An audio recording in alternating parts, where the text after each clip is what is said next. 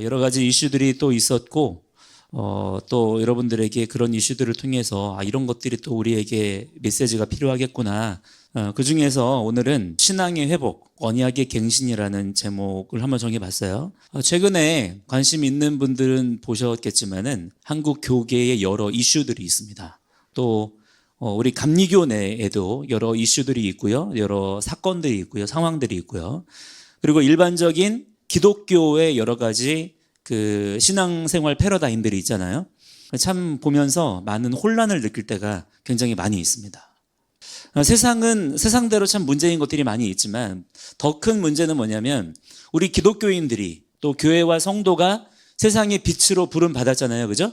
그래서 우리가 말씀의 빛을 이 세상 가운데 열방 가운데 드러내야 되는 그런 사명과 역할을 받은 것이 바로 교회와 성도인데 지금 이 시대에 많은 영적인 혼란과 미혹과 또한 왜곡이 있다는 것을 어렵지 않게 발견을 하게 되는 것이고 정말 이런 것들이 심각하구나 라고 하는 것들을 뼈저리게 느끼는 것들이 특히나 요즘 이 시대에 최근에 굉장히 많은 것들로 경험이 되고 있다고 하는 것이죠.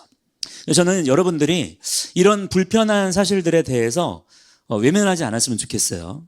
더 오히려 여러분들이 진리에 대한 그런 뜨거운 열정을 가지고 더 귀를 기울이고 또 눈여겨보면서 과연 이러한 시대 가운데 하나님께서 나를 성도로 부르신, 우리를 교회 공동체로 부르신 그 목적이 무엇일까? 사명이 무엇일까? 우리가 무엇을 위해서 그러면 기도해야 될까?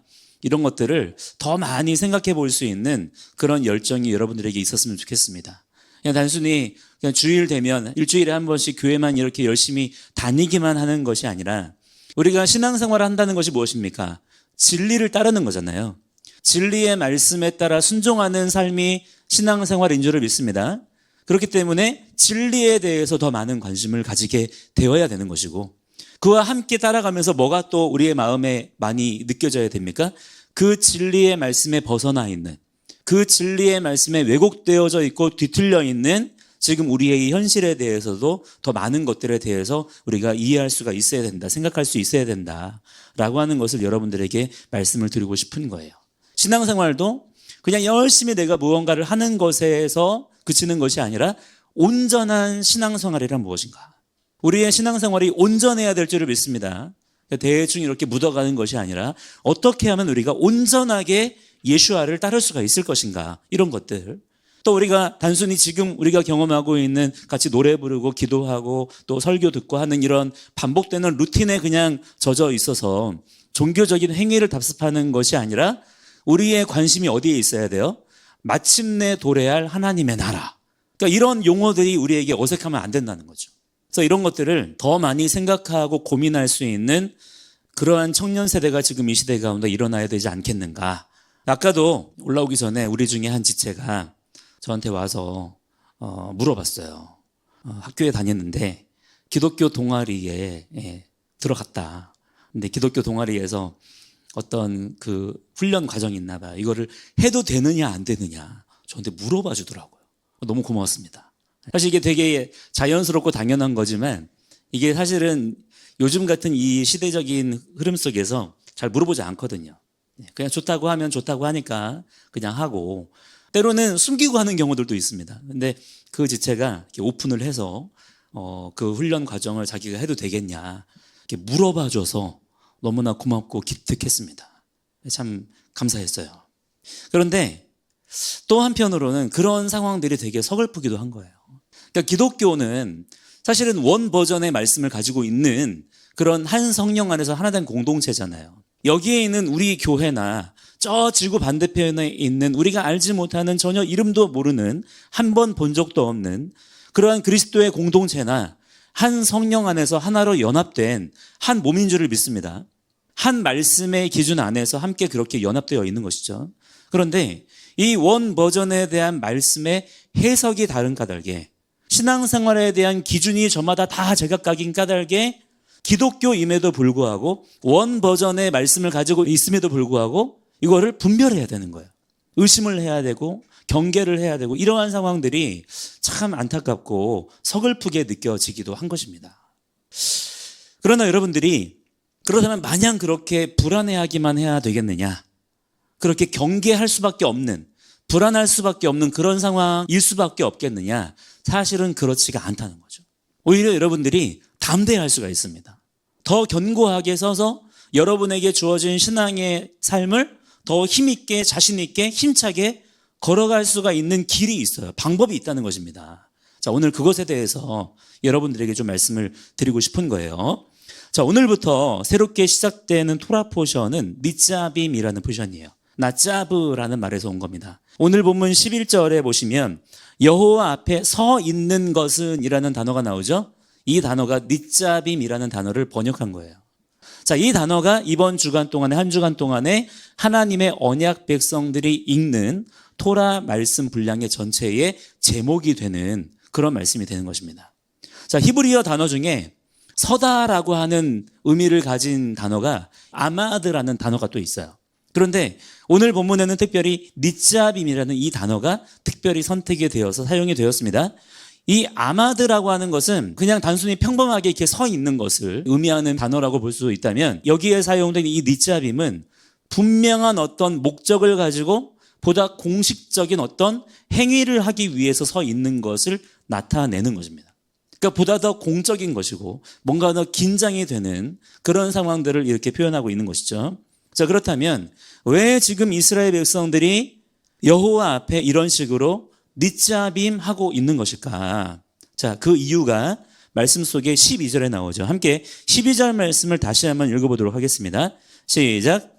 내 하나님 여호와의 언약에 참여하며 또 내 하나님 여호와께서 오늘 내게 하시는 맹세에 참여하여. 아멘. 자, 핵심은 무엇입니까? 왜 우리가 니짜빔 해야 된다는 거예요? 언약에 참여하기 위해서, 또 맹세에 참여하기 위해서. 언제 그렇게 해야 된다는 것입니까? 오늘 그렇게 해야 된다는 거예요. 하욤. 하나님이 구별하시고 하나님께서 오늘도 우리에게 생명을 주십니다. 이 특별하게 지명된 우리가 살아있는 이 오늘의 시간 속에 우리가 니짜빔 해야 된다는 거예요. 똑바로 서 있어야 된다는 것입니다. 그 목적이 무엇이냐? 오늘을 살아가는 우리의 목적이 무엇이냐?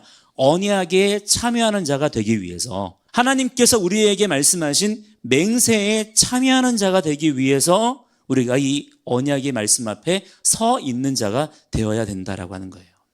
자, 여기에 말하는 여호와의 언약이라고 하는 것은요, 예전에 이스라엘 백성들에게 이미 말씀하셨었던 시내산 언약을 지칭을 하는 겁니다. 이미 맺었었던 그 언약을 지금 다시 한번 상기시키시면서 갱신하게 하시는 거예요. 언약 갱신. 하나님께서 예전에 시내산에서 맺었던 그 언약을 지금 가나안 땅에 들어가기 직전에 다시 그 언약을 새롭게 갱신하시는 거예요.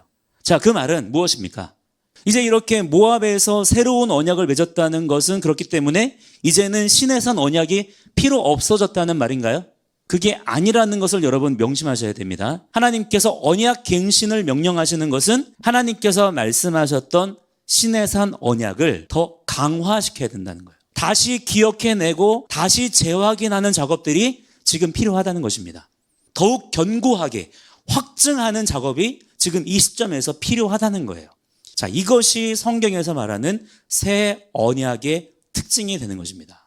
자, 성경을 보시면 하나님께서는 자기 백성으로 부르시는 이스라엘에 대해서 말씀하시거든요. 이스라엘에게 말씀을 하시는데 이 이스라엘과 무엇을 계속 반복해서 하시냐면 지금 우리가 말하고 있는 언약 갱신을 계속 반복하세요. 그러니까 처음에 하나님께서 말씀하셨던 내용들을 다시 계속 언급하시면서 갱신하게 하시는 것입니다. 이것이 하나님께서 이스라엘 백성들에게 말씀하시는 모든 말씀과 역사들의 패턴이에요. 근데 이 갱신이라고 하는 것에 있어서는 대원칙이 하나가 있습니다. 그게 뭐가 있냐면 후대에 세워진 언약은 이전에 세워졌던 언약을 결코 취소하거나 폐기하지 못한다라는 거예요. 이것이 새 언약에 있어서 핵심이 되는 것입니다. 다시 한번요. 후대에 세워진 새 언약은 예전에 세워졌던 언약을 폐기하거나 취소할 수가 있다고요? 없다고요? 없다라는 것입니다. 오히려 어떻게 한다는 것입니까? 강화되어지는 거예요. 확장되어지는 것입니다. 이것이 새 언약이라는 말에 담겨진 의미가 된다라고 하는 거예요. 즉, 이 말씀을 통해서 보자면은 모세를 통해 예전에 받았었던 그 시내산 언약이 이전에 하나님께서 먼저 맺으셨던 아브라함 언약을 폐기할 수가 있다는 거예요? 없다는 거예요? 없다는 거예요. 오히려 그 시내산 언약은 어떻게 세워질 수가 있었느냐? 하나님께서 그 이전에 아브라함과 맺으셨던 그 언약을 새롭게 상기시키시고 강화시키시고 확장시키시는 그런 형태로 이스라엘 백성들에게 말씀을 주신 거예요. 자, 그리고 이것이 오늘 말씀에 나오는 모압 언약에서는 그 시내산 언약이 폐기되거나 취소되는 것이 아니라 어떻게 되는 거예요? 오히려 다시 기억하라는 거예요. 다시 그 말씀을 떠올리라는 거예요. 그래서 뭐 하라는 것입니까? 그 말씀이 강화되어지고 확증되어지고 확장되어져야 된다는 거예요. 이것이 하나님께서 하나님의 백성들에게 명령하시는 내용이 된다라고 하는 것입니다. 오히려 어떻게 하라 그랬습니까? 이전의 언약을 다시 상기시켜라. 그리고 그것을 더 열심히 지키기로 새롭게 결단하고 맹세하라는 거예요. 이것이 후대에 더해지는 이른바 새 언약의 중요한 특징인 것입니다. 그래서 마태복음 5장 17절에서 예수님이 뭐라고 말씀하셨어요? 우리가 잘 아는 말씀인 것처럼 내가 율법이나 선지자를 폐하러 온 줄로 어떻게 하라 그랬어요? 생각하지 말라. 폐하러 온 것이 아니라 완전하게 하려 함이라. 할렐루야. 이것이 예수님께서 우리에게 행하시는 일임을 여러분 기억하는 자들이 되어야 될 줄을 믿습니다. 이 말씀을 절대로 잊어버리지 말아야 된다는 거예요. 지금 여러분, 성경에서 우리에게 요구하시는 신앙생활의 핵심이랄까요? 그 기준, 뼈대가 되는 것은 무엇이냐면 바로 이 언약의 말씀을 세우는 것입니다. 하나님의 말씀을 언약이라고 붙잡는 거예요. 이것이 우리의 신앙생활의 기준이 되는 것이고 전부가 되는 것입니다. 그 처음 말씀하셨던 언약을 계속해서 상기시키고 확증하고 확장시키고 강화시키는 것이 지금 우리가 감당해야 되는 신앙생활인 것이다. 옛 언약을 기억해내고 그 언약을 지키는 것이 우리의 신앙생활의 본질 핵심이 된다라고 하는 거예요. 여러분, 그래서 신앙생활이 뭐냐면요, 이렇게 정의를 내리셔야 됩니다. 신앙생활이라고 하는 것은 한마디로 언약을 지키는 행위가 되는 거예요. 그냥 내가 무언가를 어떤 종교 행위를 막 반복하는 것이 아니라 신앙생활이란 뭐라고요? 언약을 지키는 것입니다. 여러 번이나 여러분에게 말씀드렸지만 우리 자신의 종교성을 조심해야 된다고 말씀드렸죠? 우리는 너무나 종교적인 존재입니다. 그렇다면 대체 그 종교성이라는 게 뭐냐? 언약을 지키지 않는 거예요. 언약을 지키지 않으면서도 나는 하나님을 믿는다라고 말하는 것이 종교성인 것입니다. 하나님이 주신 언약과 상관없이 내 자신의 감정과 기준을 가지고 그냥 나의 현실에 지금 집중되어서 하나님을 그렇게 내가 믿겠다고 하는 것이죠. 그러면 반드시 그 사람의 그 신앙은 자기 중심으로 흘러가게 되는 것이고 음란한 우상 숭배의 종교 문화의 모습으로 흘러가게 변질이 되는 거예요. 교회 다니면서도 스스로를 기독교인이라고 자처하면서도 정통 교단에 소속이 돼 있으면서도 얼마든지 그렇기 때문에 우상 숭배자가 될 수가 있다는 것입니다. 자, 그 기준이 무엇이냐? 언약을 잊어버리는 거예요. 그러니까 언약을 잊어버리면 우리의 열심이라고 하는 것이 종교인으로 만들어갑니다. 아니, 잊어버리는 정도가 사실은 아니죠. 그 언약에 대해서 오히려 알지도 못하는 사람들이 태반입니다. 거의 대부분이에요. 그러면서도 무언가 나의 어떤 행위에 열정은 쏟는 거예요. 기준을 잃어버린 열정, 여러분 그것이 음란이고요. 우상 숭배가 되는 것입니다. 자, 여러분은 한번 스스로를 점검해 보셔야 돼요. 과연 나는 언약의 사람인가? 아니면 종교인인가? 언약을 기준으로 딱 생각해 보셔야 됩니다. 나는 지금 언약을 붙잡고 있는가? 내가 지금 예수 믿고 기독교인으로서 교회 교인으로서 성도로서 신앙생활을 한다고 할 때에 나는 지금 언약을 붙잡고 있는가? 언약을 이행하는 삶을 살아가고 있는가? 아니면 언약이 무엇인지도 모르겠고 나는 언약을 지키고 있는 것 같지도 않다라고 생각이 되는가? 한번 여러분들의 스스로의 신앙을 점검을 해보셔야 된다는 거예요. 기억나는 하나님의 말씀의 언약이 있습니까? 오늘의 삶 가운데. 날마다의 삶을 그 언약을 갱신하는 삶으로 살아가고 있나요? 여러분이 예수님을 믿을 때 과연 그 예수님을 믿는다라고 하는 것은 무슨 의미입니까? 무엇을 믿는다는 거예요? 어떻게 믿는다는 것입니까? 너무나 지금 허다한 경우에 나는 주님을 믿어, 나는 예수님을 사랑해 라고 하는 말도 우리가 하잖아요. 근데 아무 기준도 없이 그냥 자기 멋대로 남발되고 있어요. 자기 감정에 호소할 뿐인 것입니다. 하나님께서 이스라엘 백성들과 맺으신 언약 관심 없어요. 그리고 예수 그리스도 안에서 우리도 함께 맺게 된 그 이스라엘의 언약, 이런 개념이 없어요. 그냥 그 내용조차 알지도 못하고 관심조차 없는 상태로 그냥 기독교의 종교 문화가 흘러갈 뿐인 것입니다. 그래서 너무나 흔히 그냥 발견되는 것이 무엇입니까? 기독교 신앙 안에서 그냥 나를 위로하시는 하나님, 사랑하시는 하나님, 기도 들으시는 하나님, 해결해 주시는 하나님, 치료하시는 하나님, 친절한 하나님. 언약이라고 하는 것은 지금 온데간데 없어요. 기독교 신앙에서. 언약이라고 하는 기준은 빠져 있고 내가 원하는 하나님을 억지로 만들어내서 내가 원하는 방식의 기독교 신앙을 그렇게 스스로 추구하는 이 행위들이 지금 기독교의 상황에 남발하고 있다는 거예요. 이것이 지금 이 시대의 대부분의 경우에 발견되는 기독교 신앙이라는 것입니다. 이것을 우리가 이대로 그냥 내버려둬서는 안 될 줄을 믿습니다. 먼저는 어디에서부터 시작을 해야 되느냐? 바로 나 자신에서부터 시작이 되어야 된다라고 하는 거예요. 이 한 가지를 여러분 꼭 기억하시기 바랍니다. 하나님을 믿는다는 것은 언약을 지키는 것입니다. 이것을 꼭 기억하는 자들이 돼야 돼요. 언약을 지킨다는 것은요, 즉 뭐냐면 언약을 날마다 갱신하는 것입니다. 그러니까 예전에 있었던 화석화된 말씀이 아니라 그 말씀이 오늘 나의 말씀으로 갱신이 되어야 되는 거예요. 언약을 갱신한다는 것은 처음 언약을 기억하면서 그 언약을 강화시켜 나가는 것입니다. 성령님의 인도하심 가운데, 보호하심 가운데, 이것이 신앙생활이다라고 하는 거예요. 자, 그렇다면 여러분, 우리가 기억해야 되는 맨 처음의 언약이 무엇입니까? 태초에 하나님이 천지를 창조하시니라. 여러분, 이것이 언약입니다.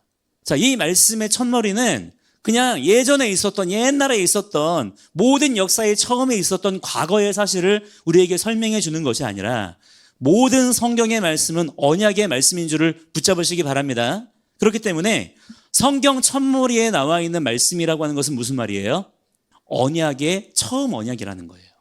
여기서부터 언약이 시작이 되는 것입니다. 그 뒤에 나오는 그 어떤 언약도 그렇기 때문에 이 언약을 폐기할 수가 있어요, 없어요? 예수님의 새로운 복음이 이 창세기 1장 1절의 창조 언약을 여러분 폐기하거나 취소할 수가 있습니까? 없습니까? 오히려 어떻게 되는 거라 그랬어요? 새로운 언약이 더해지면 더해질수록 이전 언약이 어떻게 되는 거라 그랬습니까? 더 강화되어지고 견고해지고 확장되어지는 것이라 그랬죠. 오히려 예수님의 복음 때문에 이 창조 언약이 더 강화되는 것입니다. 그러면 그 뒤에 나오는 모세의 언약, 시내산 언약, 모압 언약 다 어떻습니까? 예수님의 새 언약을 통해서 폐기되는 것이 아니라 약화되는 것이 아니라 오히려 어떻게 되는 거예요? 더 강화되어지고 견고해지고 확장되어지는 것으로 우리에게 이해가 되어져야 된다라고 하는 거예요. 그래서 하나님께서 명령하신 것들을 우리가 잘 기억해야 됩니다. 뭐라고 명령하셨어요? 생육하고 번성하고 충만하라 그랬죠. 정복하고 다스리라 그랬잖아요. 이것이 예수님의 새 계명 안에서, 새 복음 안에서 우리에게 이해가 되어져야 되는 거예요. 노아와 맺으신 무지개 언약, 아브라함과 맺으신 이스라엘 언약, 야곱의 언약, 시내산 언약, 모압 언약, 그리고 구약의 모든 말씀들, 그리고 마침내 이 모든 말씀들을 완성하신 예수님의 새 계명, 새 언약, 이 모든 것들이 다 그렇게 연결이 되는 것이고 우리에게 그렇게 주어진 것이라는 사실입니다. 여러분, 그렇기 때문에 언약을 기억하며 지키는 자가 되시기를 축복합니다. 절대 우리가 이 기준을 지금 이 시대 가운데 놓쳐서는 안 된다라고 하는 거예요. 자, 그렇다면 여러분, 왜 그렇다면 이 언약을 지키는 게 그렇게 중요한 것이 되는 것이냐? 언약에 참여하며 맹세에 참여하며 라는 말이 나왔잖아요. 자, 이걸 위해서 언약을 갱신해야 된다는 거예요. 자, 이것을 히브리어로 보면은 레오브레카 비브릿이라고 그렇게 나와 있거든요. 자, 이것을 문자적으로 번역하면 언약 안으로 건너가기 위해서 언약을 갱신해야 된다라는 그런 표현이 되는 겁니다. 즉 이스라엘 백성들이 하나님 앞에서 지금 이렇게 서 있는 것은, 밑잡임하고 있는 것은 이렇게 똑바로 서 있어야 되는 목적이 뭐라는 것입니까? 언약 안으로 건너가기 위해서 이렇게 해야 된다는 거예요. 우리는 언약 안으로 건너가는 자가 되어야 된다는 것입니다. 자, 이 말씀을 통해서 우리가 무엇을 할 수 있느냐? 하나님께서 우리에게 약속하신 약속의 땅으로 건너가기 위해서는 먼저 뭐가 이루어져야 된다는 거예요? 언약 안으로 건너가는 일이 반드시 있어야 된다는 거예요. 그냥 가는 것이 아니라는 것입니다. 우리의 삶의 가치관과 우리의 세계관이 언약 안으로 들어가야 된다는 거예요. 다시 말해서 언약을 지키기로 결단하고 맹세한 자만이 약속의 땅으로 들어갈 수가 있다는 겁니다. 이 성경의 진리를 우리가 놓쳐서는 안 된다고 하는 거예요. 마찬가지로 언약, 더 정확하게 말하자면 토라를 지키는 삶으로 우리의 삶이 새롭게 갱신되어지고 변화되어지지 않으면 누구도 하나님의 나라에 들어갈 수가 있어요, 없어요? 없다는 거예요. 이 원리가 오늘 우리가 읽은 이 신명기 말씀 전체에서 발견이 되는 것입니다. 자, 오늘 이 말씀처럼 이스라엘 백성이 언약으로, 하나님께서 우리와 맺으신 언약으로 우리의 삶이 건너가지 않으면 약속의 땅에 들어갈 수가 있다고요, 없다고요? 없다 그랬잖아요. 없었던 것처럼 여러분, 언약은 폐기되지 않는 거라 그랬죠? 그렇다면 오늘날에도 마찬가지라고 하는 것입니다. 하나님의 모든 법도와 규례를 지켜 행하는 삶으로 우리가 건너가지 않으면 결코 그 누구도 약속의 땅인 예수와의 킹덤으로 들어갈 수가 있어요, 없어요? 없다는 것을 알아야 되는 거예요. 이것이 성경에 일관된 우리에게 주어진 명령이 되는 것이라는 사실입니다. 자, 그렇다면 여러분, 과연 우리가 어떻게 언약 안으로 건너갈 수가 있을까요? 예수님께서 우리에게 행하신 일이 바로 이것인 것입니다. 여러분 모두가 다 잘 아시는 말씀, 이런 말씀이 있어요. 요한복음 14장 6절 말씀에 예수께서 이르시되 내가 곧 길이요 진리요 생명이니 나로 말미암지 않고는 아버지께로 올 자가 있어요, 없어요? 없다는 것입니다. 여러분, 이 말씀을 우리가 그냥 읽으면 안 돼요. 지금의 이 토라의 언약 위에서 우리가 이해를 해야 되는 것입니다. 예수님은 우리를 언약 안으로 건너가게 하시는 분이십니다. 예수님이 우리의 그 일을 행하시는 거예요. 우리를 약속의 땅으로 인도하시기 위해서 언약 안으로 건너가게 하시는 분이 우리 예수님이십니다. 아버지께로 우리를 인도하시는 분이 바로 예수님이라는 사실이에요. 그리고 요한복음 14장 15절로 가보시면 너희가 나를 사랑하면 나의 계명을 지키리라. 다른 말로 하면 너희가 나를 사랑한다는 것은 나의 언약을 지키는 것이다 라고 말씀을 하시는 거예요. 그리고 뒤이어서 21절에 가보시면 나의 계명을 지키는 자라야 나를 사랑하는 자니, 또 그렇게 말씀하시면서 뭐라고 말씀하시냐면 나를 사랑하는 자는 내 아버지께 사랑을 받을 것이요 나도 그를 사랑하여 그에게 나를 나타내리라, 이렇게 말씀을 하시는 겁니다. 이 또한 그냥 하신 말씀이 아니라는 것을 알아야 되는 거예요. 지금까지 우리가 쭉 이야기해왔던 이 언약 갱신의 이 토대 위에서 이 말씀을 이해를 해야 되는 것입니다. 자, 그리고 이어서 26절에 가보시면 보혜사, 곧 아버지께서 내 이름으로 보내실 성령, 그가 너희에게 모든 것을 가르치고 내가 너희에게 말한 모든 것을 생각나게 하리라 라고도 말씀하고 계세요. 이 모든 일들을 우리에게 이루시기 위해서 오신 분이 누구라는 거예요? 바로 성령님이시고, 성령님께서 우리를 어떻게 하신다는 것입니까? 언약을 지키는 삶으로 우리를 인도하시는 분이시라는 사실이에요.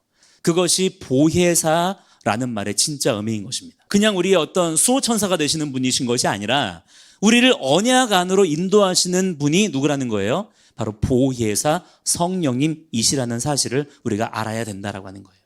그리고 나서 27절에 샬롬을 선포하시는 것을 볼 수가 있는 것입니다.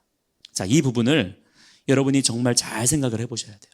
그냥 나는 믿는다, 나는 진짜 열심히 믿고 있다, 자, 이런 강한 확신이 있을수록 한번 점검을 해보셔야 됩니다.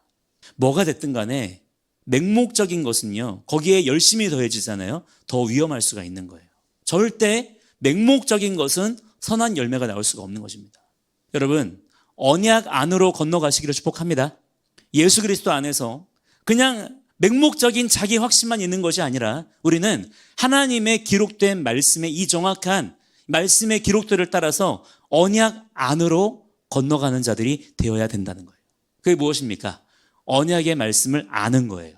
잊어버리지 않도록 기억하는 것입니다. 그리고 그 말씀을 따라서 내가 순종하며 오늘의 삶을 사는 거예요. 이것이 언약 안으로 들어가는 것입니다. 예수님의 보혈의 능력을 힘입어서 우리가 주의 보호자 앞으로 담대히 나아가야 되는 거예요. 그러한 여러분의 삶이 되시기를 축복합니다. 우리가 찬양도 그렇게 부르잖아요. 주의 보좌로 나아갈, 찬양 부르죠. 또 어떤 찬양이 있습니까? 주님 보좌 앞, 이런 찬양도 있잖아요, 그죠? 우리가 주님 보좌 앞으로 나아간다는 찬양을 굉장히 많이 불러요. 굉장히 중요한 신앙 고백입니다. 근데 여러분 한번 생각해 보세요. 주님 보호자 앞으로 나간다는 말이 무엇일까요? 아니, 왜 우리가 그러면 주님 보호자 앞으로 나아가야 되는 것일까요? 주님 보호자 앞에 나아갔어요. 그럼 나아가서 뭐 해야 되는 것일까요? 왜 주님 보호자 앞으로 나아가기를 원하시는 것입니까? 이것을 여러분들이 생각을 해보셔야 돼요. 왜 우리는 주님의 보호자 앞으로 담대히 나아가야 되는 것인가? 왜 우리가 예수의 피를 힘입어서 주님의 보호자 앞으로 나아가야 될 것인가? 거기에서 무엇을 할 것인가? 생각해 봐야 되는 거예요. 좀 더 쉬운 표현으로, 사실 절대 쉬운 표현이 아니기도 합니다만은, 자, 천국에 갔어요. 천국. 우리가 다 소망하는, 우리가 천국을 소망하잖아요. 천국에 갔어요. 그러면 거기에 가서 뭐 해야 될까요? 심지어 거기는 영원한 곳인데 영원토록 여러분 천국에 가서 거기에서 뭐 하며 살 것 같아요? 생각해 보셨습니까? 우리가 자주 부르는 찬양 중에 그런 찬양 있잖아요. 주의 말씀은 어때요? 영원해. 아멘이십니까? 풀은 마르고 꽃은 시드나 주의 말씀은 영원해. 자, 무슨 말일까요? 주의 말씀은 영원하다는 말을 여러분들은 어떻게 이해하고 계십니까? 이게 그냥 사람이 만들어낸 가사가 아니라 이사야 40장 8절 말씀이거든요. 그 말씀이 우리에게 의미하는 바는 무엇일까요? 주의 말씀이 영원하다는 것이 무슨 뜻이에요? 우리에게 무슨 의미가 있습니까? 우리는 주님의 나라에서 주님과의 지금의 이 갱신되고 있는 날마다 우리에게 주어지는 성령 안에서 우리에게 주어지고 있는 이 언약의 말씀을 지금보다 더 지혜롭고 강인한 모습으로 지켜 이행하는 삶을 더욱 충만하게 살게 될 줄을 믿으시기 바랍니다. 주의 말씀은 영원한 거예요. 태초에 하나님이 천지를 창조하시니라. 이 말씀은 과거형이 아니라 그랬죠? 하나님은 언제나 현재형으로 말씀하십니다. 현재의 하나님이세요. 언제나 하나님은 지금에 대해서 말씀하고 계시는 거예요. 모든 하나님의 언약의 말씀들이 여러분 반드시 이루어지고 성취될 줄을 믿으시기 바랍니다. 따라서 그러한 믿음이 분명하다면 우리가 지금 신앙생활을 한다라고 했을 때 붙잡아야 되는 것이 무엇입니까? 하나님의 언약의 말씀을 붙잡는 거예요. 이것이 우리의 신앙생활의 전부인 것입니다. 그렇기 때문에 뭐 해야 되겠습니까? 날마다 주의 말씀을 읽으며 소리내어 선포하며 기도로 올려드리며 성령님께 간구하는 거예요. 하나님 주의 말씀, 주의 언약이 날마다 내 삶 가운데 갱신되게 하여 주시옵소서, 깨달아지게 하여 주시옵소서 간구하면서 그렇게 언제를 살아야 돼요? 하루하루의 오늘의 지금을 살아가는 자들이 되어야 된다는 것입니다. 언제까지요? 주님의 나라가 임할 때까지. 그리고 그 이후로도 영원토록. 그게 구원받은 성도의 삶이라고 하는 것입니다. 오늘 본문 14절로 15절에 보시면 또 중요한 표현이 나와요. 함께 14절로 15절 읽겠습니다. 시작. 내가 이 언약과 맹세를 너희에게만 세우는 것이 아니라 오늘 우리 하나님 여호와 앞에서 우리와 함께 여기 서 있는 자와 오늘 우리와 함께 여기 있지 아니한 자에게까지이니. 아멘. 자, 이 언약과 맹세가 그 당시 그 자리에 있었던 이스라엘 그 사람들에게만 해당되는 것이 아니라 그 자리에 있지 아니한 자들이 누구겠습니까? 아직 태어나지도 않은 그들의 후손들을 말하는 거예요. 그들의 언약 자손들에게도 그대로 동일하게 적용이 되는 거라는 것입니다. 자, 이 언약이 이스라엘의 역사 가운데 계속해서 지금까지 이어져 온 거예요. 그리고 예수 그리스도로 말미암아서 우리가 이젠 어떻게 되었습니까? 이스라엘의 접붙여진 자가 되었습니다. 자, 이런 표현들을 여러분들이 익숙하셔야 됩니다. 이걸 빼놓으시면 안 돼요. 그러니까 우리가 개개인적으로 그냥 건진받은 것이 아니라 우리가 구원받은 원리가 무엇입니까? 하나님은 자기 백성 이스라엘만 구원하십니다. 그런데 예수 그리스도 안에서 부름받은 우리 이방인 성도들이잖아요. 우리들을 그 구원받은 하나님의 백성 이스라엘에 접붙이시는 거예요. 그렇다면 여러분, 이 관계 안에서는 하나님의 어떤 보호하심과 하나님의 돌보심만 우리에게 해당이 되는 것인가요? 그렇지 않습니다. 이스라엘이 하나님께 지켜야 되는 책임과 의무도 같이 적용이 되는 거예요.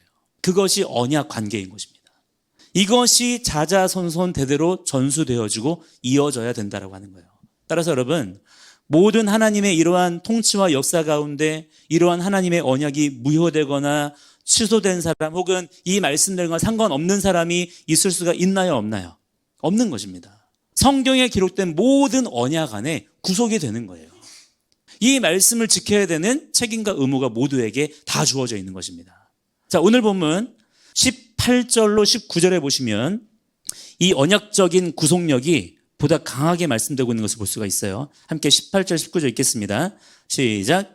너희 중에 남자나 여자나 가족이나 집하나 오늘 그 마음이 우리 하나님 여호와를 떠나서 그 모든 민족의 신들에게 가서 섬길까 염려하며 독초와 쑥의 뿌리가 너희 중에 생겨서 이 저주의 말을 듣고도 심중에 스스로 복을 빌어 이르기를 내가 내 마음이 완악하여 젖은 것과 마른 것이 멸망할지라도 내게는 평안이 있으리라 할까 함이라. 하나님께서 우리 공동체로 부르시잖아요. 개개인의 삶도 중요하지만 중요한 것은 공동체를 이루는 것입니다. 개인 신앙만 중요한 게 아니라 그리스도 안에서 우리가 하나님 하나로 연합하여서 공동체로 살아가는 게 중요한 것이죠. 그런데 여러분, 이 공동체적인 언약은 그냥 이렇게 지켜지는 것이 아니라 개개인의 순종을 통해서 지켜진다는 사실을 우리는 반드시 기억을 해야 된다는 거예요. 그러니까 개인의 삶이 없이는 공동체가 있습니까? 없습니까? 없기 때문에 공동체가 중요한 만큼 또한 뭐가 중요한 거예요? 개인의 순종이 중요한 것이 되는 것입니다. 자, 18절 하반절에 보시면 독초와 쑥의 뿌리가 나오는데 이게 무슨 뜻이냐면요. 자기 죄에 대한 벌을 받지 않고 나는 그냥 넘어갈 거야. 이렇게 생각하는 사람을 가리키고 있는 거예요. 그러나 진정한 언약 백성 공동체는 이런 사람들을 용납해선 된다는 것입니까? 안 된다는 것입니까? 안 된다는 겁니다.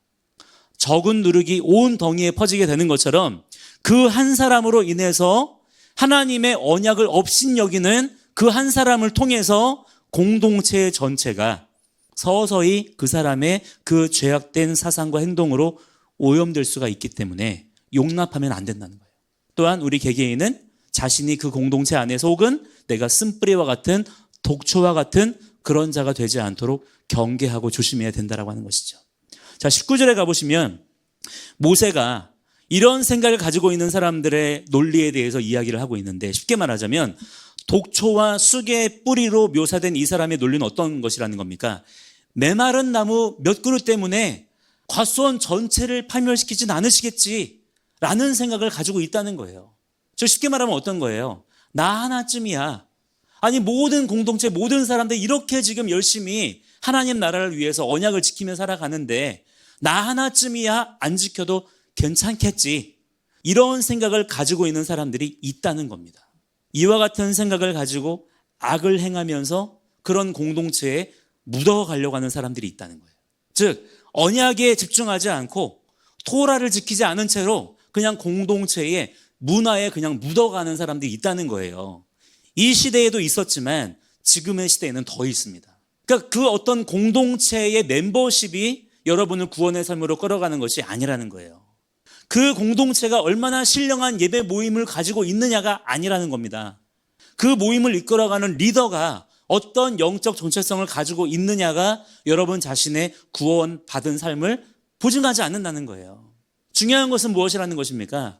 여러분 개인 자신이 하나님의 언약의 말씀을 갱신하는 가운데 언약을 순종하는 삶을 살아내야 된다는 거예요. 그래야만 공동체가 함께 세워지고 공동체 안에서 우리 한 사람 한 사람 삶이 더 분명하게 세워질 수가 있다는 것입니다. 그래서 주님의 나라에 들어가기 위해서는요, 반드시 개개인이 어떻게 된다는 거예요? 토라의 언약을 철저하게 지키며 순종해야만 됩니다.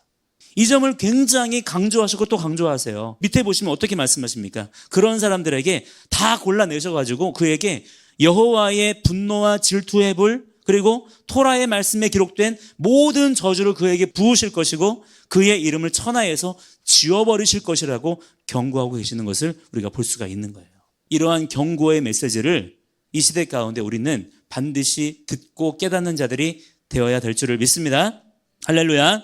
지금 이렇게 너무나 사실은 무뎌져 있고 너무나 사실은 흐트러져 있는 이 지금 현대의 이 기독교의 상황들 가운데 여러분들이 함께 묻어가거나 휩쓸리지 아니하고 우리는 기록된 말씀을 따라서 오늘 나에게 또한 말씀하시는 성령님의 인도하심을 따라서 하나님의 말씀의 언약을 갱신할 수 있는 언약의 회복이 일어날 수 있는 그런 여러분들의 삶이 되어야 될 줄을 믿습니다. 그러면 여러분도 살고 그러한 여러분을 통해서 하나님의 구원과 회복의 역사가 또한 놀랍게 일어나게 되어지는 그런 역사를 여러분들이 경험하게 될 줄을 믿습니다.